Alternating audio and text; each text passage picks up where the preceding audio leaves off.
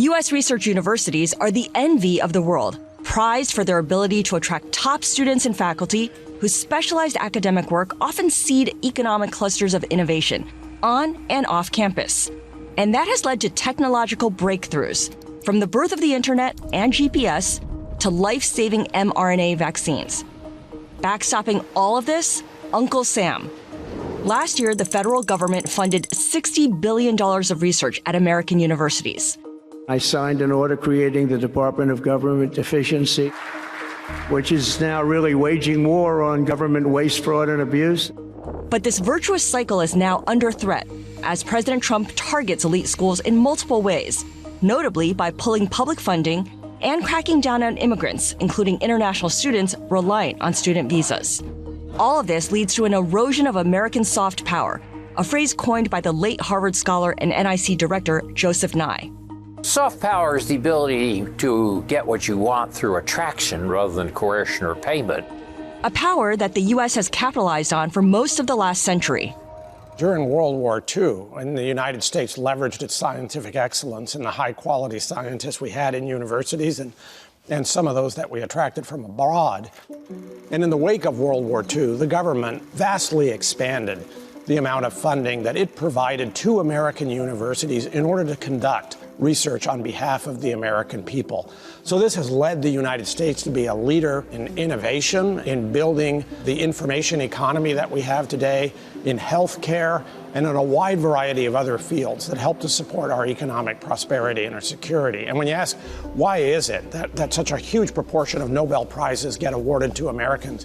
Why is it that the best scientists and engineers from all over the world want to come to the United States? It's because of this extraordinary partnership we've had here, where the government says we're going to do research through these universities. We're going to fund that, and we're going to enable these universities to become the best in the world and produce these extraordinary innovations on behalf of the American people. But first, we start with the money. One of the most important initiatives is DOGE, and we have cut billions and billions and billions of dollars. We're looking to get it maybe to $1 trillion if we can do that. Under President Trump, the latest federal budget proposal slashes $163 billion in non-defense programs, including student aid and research funding. It's already led to the suspension of more than $2 billion in funding for Harvard, $800 million in grants for Johns Hopkins, $400 million in funding cuts for Columbia. The list goes on. It's deeply worrisome. This pact between the government and research universities has been fundamental to the excellence of American research universities, and it has contributed tremendously to the prosperity, health, and security of our country. And that pact has depended on the idea that the American government will come to universities and ask them to do research that is in the interest of the American people. And universities have done that spectacularly, making both the country and the universities stronger. Throughout that time, the American government has respected this principle of academic freedom. That means that when that research is undertaken, universities and their faculties can pursue the truth as they see it. What we're seeing now is the use of research and funding and the leverage that it gives the government over universities as a lever to try to change what it is they teach. And that threatens to disrupt the quality of our universities and the principles that are fundamental to them. The funding that the government provides isn't easily replaceable either.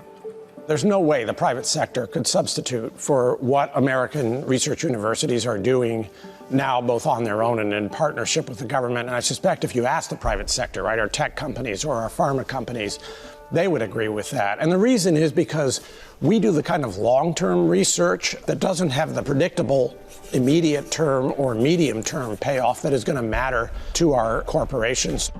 And the ripple effects stretch well beyond a university's physical campus. Many of our students, about 3/4 of them, live on campus. Michael Samuelian is the founding director of the Jacobs Urban Technology Hub at Cornell Tech in New York City. Cornell Tech and Johns Hopkins received donations from Michael R. Bloomberg, founder and majority owner of Bloomberg LP. So we work on building bridges between university research and the city. He says U.S. universities have evolved beyond just places to learn into key drivers of industry-specific growth. Well, I think there's a really interesting shift that's happened over the past generation. Increasingly, universities are urban. We're in the middle of New York City right now at Cornell Tech. There's an increasing shift of universities to be far more urban because that's where talent is and that's where diversity is. So in many cases, I think cities are learning that universities are economic powerhouses. I bicker with my dean every once in a while on, is Cornell Tech a school or are we an economic development project? As an urban planner, I think of us as an economic development project, one that New York City over a decade ago saw the power of universities in terms of increasing the tech talent that New York has and diversifying New York City's economy. So Cornell Tech was a mechanism to basically help diversify us, not away from finance, but also make sure that New York City was going to be a tech powerhouse. We are a visual manifestation of tech in New York.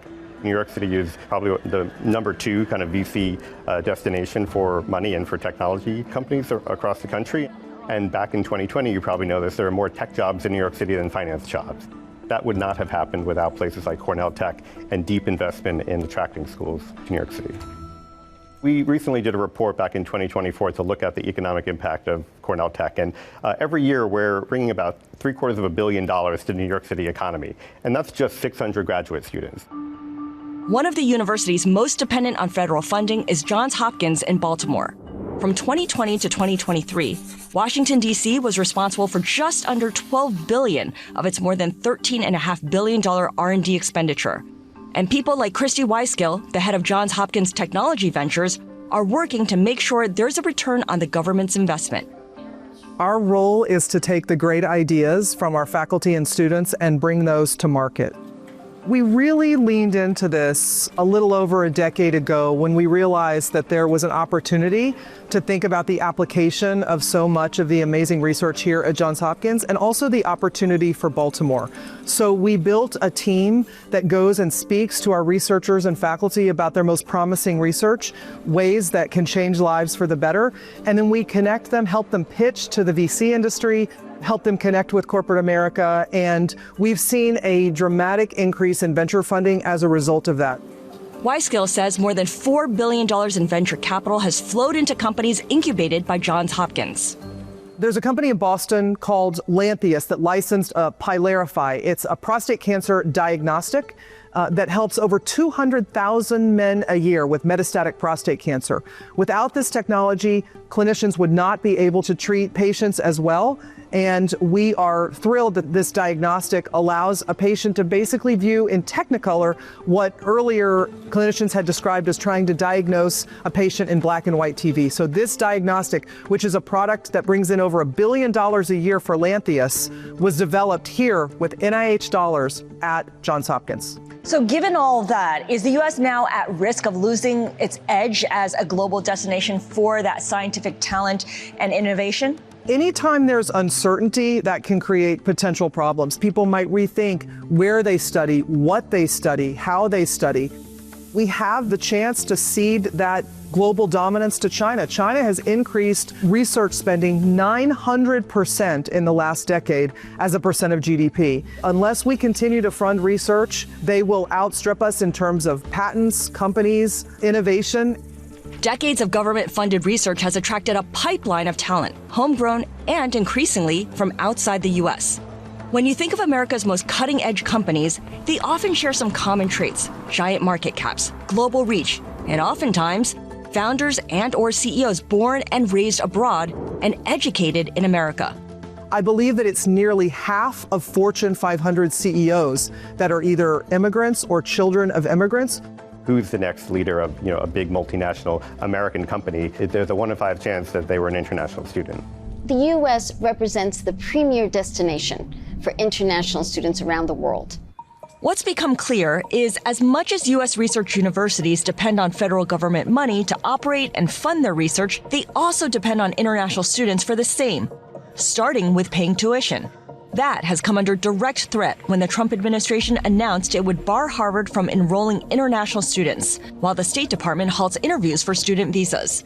A federal court has temporarily blocked the ban on Harvard. Over 200,000 international students work in the U.S. Miriam Feldblum is the president and CEO of the President's Alliance on Higher Education and Immigration. Overall, the Department of Commerce has estimated that international students contributed $50 billion to the U.S. economy in 2023-24. that actually makes international education kind of the 10th largest export in the US. Even though the students are coming here, international students are only 6% of total student enrollment in higher education. So we're not talking about a large population, but the contributions that international students provide by their skills, their talents, what they buy, what they do, is far greater than what the 6% would indicate. As the Trump administration cracks down on public funding to universities and visas for international students, other countries like Canada, Australia, and the UK are stepping up their recruitment efforts. The administration's rhetoric would just discourage international students from choosing the U.S. as a destination, and they end up gravitating away from the country. Is that something you think about? Every day. There's no doubt that if there's continued rhetoric, policy proposals, and actions that discourage international students from coming, that impact will be seen in decreased enrollments in the fall. Does it lead to the closure of certain programs, certain innovative programs, or certain potential research breakthroughs? We know, based on history, based on research, that our research productivity will diminish. Probably the number of patents being filed will decline based on past history. We don't know what will be lost. We know things will be lost. And this isn't about international students or international talent or domestic talent. The U.S. needs talent. I think one of the things that we have to acknowledge is that the climate of fear and anxiety and uncertainty that international students are feeling across the country at big and small institutions, public and private, highly elite, and those who are not known except to their community where they're beloved, is that it's also generating uncertainty and anxiety among researchers, staff, faculty, and others in these campus communities, in which I am hearing from campus leaders that some of their faculty, some of their star faculty, are saying, I'm not quite sure if I should remain in the US. So again, the loss is not only about individual students who may be directly impacted, but it's about a community, a generation of students, graduates, faculty, researchers who we may lose. And we're going to feel the impacts of that loss.